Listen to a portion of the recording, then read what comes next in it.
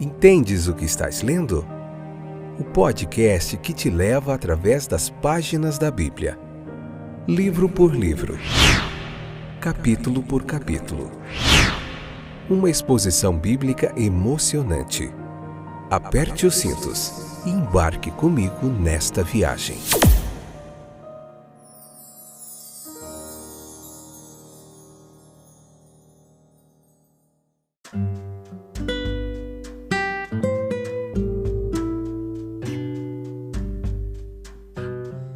Olá, eu sou o Fábio e esse é mais um episódio do podcast Entendes o que estás lendo?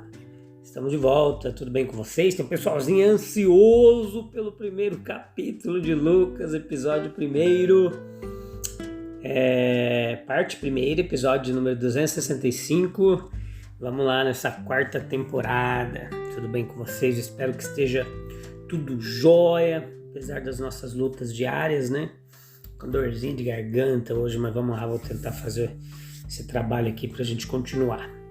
Hoje nós vamos falar sobre essa introdução aqui do Evangelho de Lucas, primeiro capítulo, onde ele se refere a Teófilo. Mais para frente nós vamos falar também como ele é dividido em dois livros, né? Lucas, Atos é a continuação do livro de Lucas, também do mesmo autor. Enfim, nós vamos vendo detalhes por detalhes, capítulo por capítulo, e você vai aprender muita coisa legal. Leia o capítulo 1 do Evangelho de Lucas, pegue o caderninho para você anotar, convida mais gente, tem muita gente animada aí conosco, gostando desses estudos bíblicos, dessa pregação expositiva da Palavra de Deus. O meu propósito aqui é ajudar você nessa caminhada e nós juntos prosseguirmos nessa viagem através das páginas da Bíblia. Joia demais, amo demais a Palavra de Deus.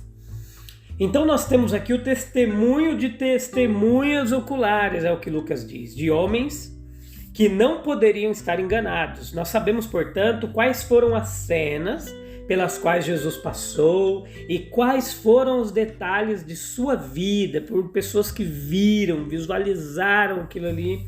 E Lucas ele vai até essas pessoas para poder escrever o seu livro. Então nós sabemos a respeito do caráter, né, de Jesus, quão puro, quão perfeito era. Nós vamos falar sobre os pensamentos de Jesus, quão profundos, quão práticos, quão originais eles eram. Nós vamos falar muito sobre as suas obras, as parábolas, os milagres, quão poderosas e benéficas elas foram para a humanidade naquela época e ainda hoje.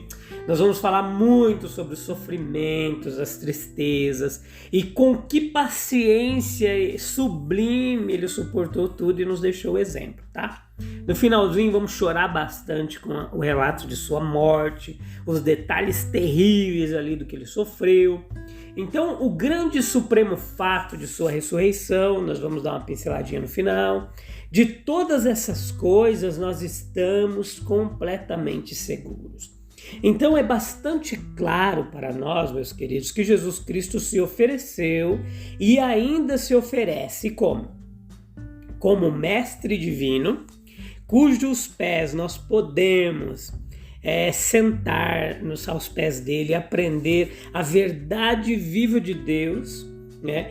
Ele é o divino Salvador em quem todos podemos confiar e recorrer para o perdão dos nossos pecados e para obter a reconciliação com Deus. Ele é o amigo divino em quem podemos confiar o nosso coração e em quem podemos encontrar refúgio nos momentos difíceis. E como o Senhor divino, ele é aquele que reivindica a obediência e o serviço de nossas vidas. Então, nesse prólogo introdutório do Evangelho de Lucas, nós temos uma visão das condições e dos propósitos de sua publicação. Em uma época em que ainda não havia inventado a arte da impressão, isso foi muitos séculos depois, né? Era útil obter o patrocínio de pessoas que tinham uma condição melhor, pessoas ricas, para patrocinar esses livros e assim garantir a produção de um pequeno número de cópias, que salvaria o volume e o escrito do esquecimento. Veja que assim como no mundo clássico, as dedicatórias a homens ricos eram a regra entre os autores, e não exceção. O Evangelho de Lucas, que é um evangelho clássico da série, foi escrito e direcionado para alguém chamado Teófilo. Presumivelmente era um rico que havia se convertido e com quem o autor teve amizade. É o mesmo Teófilo que lhe dedica o segundo volume da vida de Cristo, que é comumente, embora imprecisamente, chamado os Atos dos Apóstolos. São os Atos do Espírito Santo, né? Então veja que mais que é realmente o segundo volume dos Atos do Senhor, mas realizados por meio de seus apóstolos, né? Então a vida terrena do nosso Senhor Jesus foi, portanto, na visão de Lucas, apenas um primeiro estágio de uma história eterna que estava apenas começando ali. Então, no interessante estudo de religiões comparadas, nós podemos entender em qualquer extensão, mas há duas tendências na especulação que podem ser notadas logo de cara. A primeira é a tendência exterior ou idealista, que pode ser encontrada desenvolvida lá nas religiões da Índia. A segunda é uma tendência interior ou autoconfiante, que pode ser vista, levada a seus problemas do helenismo ali, né? E nas especulações do Ocidente. Veja que a tendência da mente oriental era e é contemplar a natureza, reverenciar as suas forças subjacentes, enquanto a tendência de nossa mente ocidental é contemplar o homem ou a natureza humana e encontrar em sua individualidade, sua liberdade, seu poder, a verdadeira unidade e substância do pensamento. Então, não se perca aí no meu raciocínio, entenda que a mente oriental, portanto, ela perdeu-se em especulações sobre o absoluto, que se tornou para os sonhadores do Oriente uma abstração sem personalidade, inteligência ou limitação, assim como se tornou ultimamente para alguns de nossos sonhadores no Ocidente o clímax do Nirvana ali, né? A completa extinção da personalidade humana através da absorção no espírito universal. Então veja que todas essas formas de encarar a religiosidade, elas diferem do cristianismo. A mente ocidental ou grega, por outro lado, ela pegou seu homem e a natureza humana, né? Um racionalismo ali. Cultivou uma autoconfiança ilimitada e uma confiança suprema na natureza humana e suas capacidades. Os seus deuses e deusas eram apenas homens e mulheres deificados. É isso que nós vemos na mitologia grega e outras aí na romana também. O problema, como nós poderíamos esperar, foi um intenso mundanismo, um pavor da morte, uma dúvida a respeito da imortalidade, a decadência de um sentimento religioso que finalmente cobriu a vida clássica ali, a vida helenista, de melancolia profunda e desespero. Essas duas tendências de pensamento religioso oriental e ocidental, uma fazendo o homem nada e outra fazendo o homem tudo em todos, tiveram antes do tempo de Cristo uma ampla oportunidade de provar a sua completa insuficiência e incapacidade de preencher as necessidades do homem. Eles tinham no budismo, falando do lado oriental a base, e do lado ocidental o platonismo ali, né, de Platão, e tinham como base essas ideias. Nós devemos observar, por outro lado, que a fé cristã, ela se fundamenta na história de uma pessoa. O evangelho, como Lucas indica aqui, ele consiste na história de uma pessoa, cujo advento é essencial para a salvação do mundo. Portanto, a substância da fé cristã, ela é histórica e não especulativa.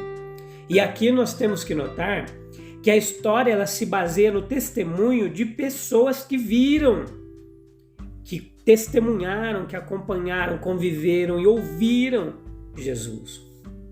Então elas não ganharam nada, essas testemunhas, no sentido mundano, por darem seu testemunho. Como ministros da palavra que foram, eles foram perseguidos. Em muitos casos mortos, e em todos os casos a vida era muito menos confortável por causa de seu testemunho, que se eles não tivessem dito nada sobre o Salvador, que ele morreu e ressuscitou, eles estariam mais seguros naquela sociedade, naquela época. Então Lucas, ele peneira os fatos com o maior cuidado possível, e é significativo que ele não reivindique inspiração em seu prólogo. E essa é a regra com os escritores sagrados. Alguns supõem que, como os escritores não reivindicaram categoricamente a inspiração divina de seus textos, é supérfluo supor que todos são inspirados. Mas nós respondemos que é muito melhor para os escritores mostrar que são inspirados do que dizer que o são. Então a inspiração, como todas as outras boas dádivas de Deus, deve ser conhecida pelos seus frutos. A mente humana, ela é idealizadora em seu caráter. Pode-se mostrar que devemos até mesmo o nosso progresso científico aos idealistas, sendo seguidores de Pitágoras na Grécia e os platônicos em Alexandria, os únicos homens do velho mundo que realmente avançaram a ciência. E agora Jesus nos supre em sua própria pessoa perfeita, sem pecado, com o ideal que precisamos individualmente para satisfazer os desejos e os anseios do nosso coração, ou como costumo dizer, para encher o vazio que é do tamanho dele. Ele é de fato completamente adorável. E nós vamos se debruçar sobre muitos detalhes da vida de Jesus. Você não pode perder nenhum episódio dessa temporada, que tá demais. Então a sua vida perfeita, ela nos mostra, por contraste, quão imperfeitas as nossas vidas são. A sua missão como Salvador, ela demonstra a nossa necessidade espiritual. E nos deleitamos somente no Senhor. E assim, pode-se ver que a vida de Jesus, especialmente quando lembramos a sua divindade, onipotência, torna-se um interesse pessoal e um poder reformador. O livro dos Atos, que nós vamos ver em breve, ele deve ser tomado como o desenvolvimento do Evangelho. É lá que nós vamos ver o Senhor acrescentando à igreja aqueles que serão salvos e realizando os seus propósitos sagrados por meio de instrumentos humanos. Sim, foi dito com verdade que o cristianismo ele foi um progresso através do antagonismo. O paganismo foi um desenvolvimento, o cristianismo tem sido uma história de contenção. Ele refreou as paixões dos homens e os conduziu através do antagonismo ao seu objetivo. O que é isso? A carne milita contra o espírito e o espírito contra a carne, e estes opõem-se uns aos outros, são antagônicos, para que não possais fazer o que quereis, Gálatas 5,17. E essa política, digamos assim, de contenção ao antagonismo, pode ser traçada através de toda a história da igreja. Apenas um esboço pode ser sugerido aqui. Veja que o islamismo, por exemplo, ele foi uma restrição, ele surgiu como uma restrição às crescentes superstições que haviam ali nos primeiros séculos. O catolicismo, por outro lado, ele foi uma restrição ao vandalismo das tribos germânicas e pelo estabelecimento do feudalismo. Transformou nômades em patriotas estabelecidos e simpatizantes. E aí segue-se o protestantismo para conter o despotismo espiritual, ou seja, o afastamento deles, e que acompanhava o catolicismo e assegurar a liberdade e os direitos do indivíduo. Então veja que um grande salvador repressor é assim visto movendo-se entre os homens, usando a sua liberdade para servir aos seus gloriosos desígnios. A fé cristã, ela é, por outro lado, a simples confiança nessa pessoa histórica, mas imortal, que pode considerar e consultar ao mesmo tempo os ciclos majestosos do progresso humano e as necessidades mais ínfimas de quem nele confia. Nós temos certeza no fundamento de nossa fé e um Senhor vivo continuamente ao nosso lado. Veja aqui também, no versículo 5 e 6 desse capítulo 1 de Lucas, um quadro muito bonito, e embora uma tela muito pequena, pintada, e um retrato, é apresentado de um exemplo de uma piedade doméstica. Ao pensarmos em Zacarias e Elizabeth, ou Elisheba, também traduzido por Isabel, em algumas versões é mais comum para nós aqui no Brasil, passando sua longa vida juntos no serviço de Jeová, ligados um ao outro e honrados por todos os seus parentes e amigos. Nós sentimos que temos diante de nossos olhos uma visão da vida humana que tem em si todos os elementos de uma excelente completude. Aqui nós temos a relação conjugal em sua verdadeira forma, estabelecido em respeito mútuo, justificado e embelezado por afeto mútuo, permanentemente feliz por afinidades e objetivos comuns, elevado e consagrado pela presença de outro vínculo ainda mais nobre. Qual é? O de uma fonte, o de um forte e inabalável apego a Deus. Uma vida humana, ela é bastante incompleta sem esses laços ternos da própria ligação de Deus. Essas duas almas piedosas que se nos apresentam aqui, elas gozavam do favor de seu Pai Divino, de seus amigos e vizinhos humanos. Ambos eram justos diante de Deus, eram irrepreensíveis aos olhos dos homens. Deus os aceitou e o homem os aprovou. E seus parentes e amigos reconheceram neles aqueles que estavam regulando sua vida pela santa vontade de Deus. Eles renderam a eles toda a medida de estima. Nenhuma vida humana está completa sem a posse dessas duas coisas: o favor do Deus vivo e a estima, em segundo lugar, daqueles entre os quais vivemos. Andar na sombra da alienação consciente de Deus, perder a luz, a doce luz do sol, de seu favor celestial, isso é escurecer nossa vida com a maldição contínua, é nos privar de nossa mais pura alegria e herança mais desejável. Pode ser questionável se qualquer distinção é pretendida entre ordenanças e mandamentos, mas não pode haver dúvida de que ambos juntos abrangem observâncias religiosas e obrigações morais. A lei que essas duas almas fiéis aqui, elas obedeceram, prescreveu tanto uma como a outra. Nenhuma vida humana é completa sem incluir esses dois elementos de piedade: adoração a Deus, na oração privada, na devoção familiar, nos exercícios públicos dela. É uma parte séria e importante da experiência de um homem bom. E certamente não menos é a regulação da conduta pela vontade revelada de Deus, o andar dia a dia em retidão, integridade, sobriedade, pureza, em verdade, em amor. Joia?